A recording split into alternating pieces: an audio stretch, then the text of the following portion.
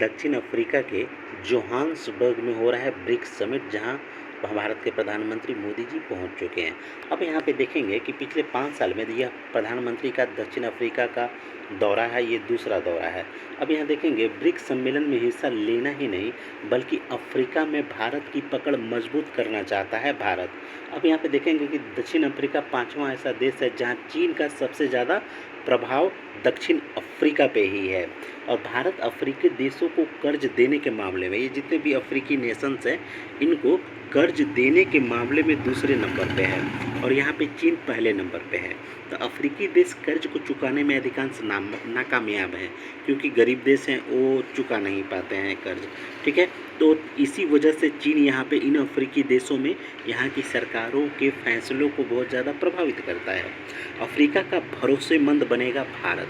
भारत को भरोसेमंद बनना है, इसलिए लगभग 14 लाख करोड़ रुपया इस अफ्रीकी महाद्वीप में भारत निवेश करने वाला है। चीन ने कर्ज देने से मना कर दिया है क्योंकि रिकवरी नहीं हो पाती है। अफ्रीकन इकोनॉमी जो है, पूरा अफ्रीकन महाद्वीप की जो इकोनॉमी है 3.1% की रफ्तार से बढ़ रही है। ये देश कर्ज के जाल में, गरीबी के जाल में, आंतरिक तानाशाही, ये ऊपर वाला हिस्सा जितना भी देश है सब के सब सैनिक तानाशाह यहाँ पे बैठे हुए हैं। कोरोना का साइड इफेक्ट इस देश में है।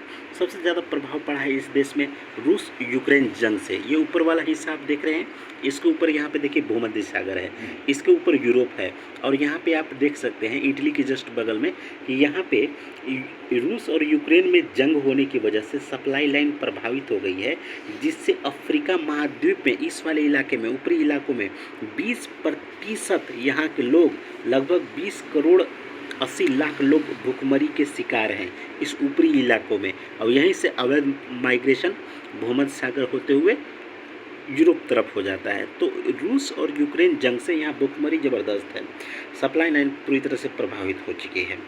10 साल में 2.65 लाख करोड़ रुपया कर्ज है इन 42 देशों पे जो भारत सरकार ने दी है। 42 देशों पे करीब 2.65 मतलब कहा जाए कि 2 करोड़ 65 लाख करोड़ रुपया ये चीज़।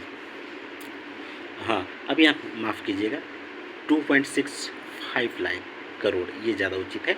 25 नए 25 नए एम्बेसी भारत यहाँ पे खोलना है, भारत खोल चुका है ताकि इन देशों के साथ संबंध अच्छा बनाया जाए। और G20 में भी इन अफ्रीकी नेशंस को भारत शामिल करना चाहता है। यहाँ 30 लाख भारतीय मूल के लोग यहाँ पे रहते हैं, जिसमें से अकेले 10 लाख तो सिर्फ साउथ अफ्रीका में रहते हैं।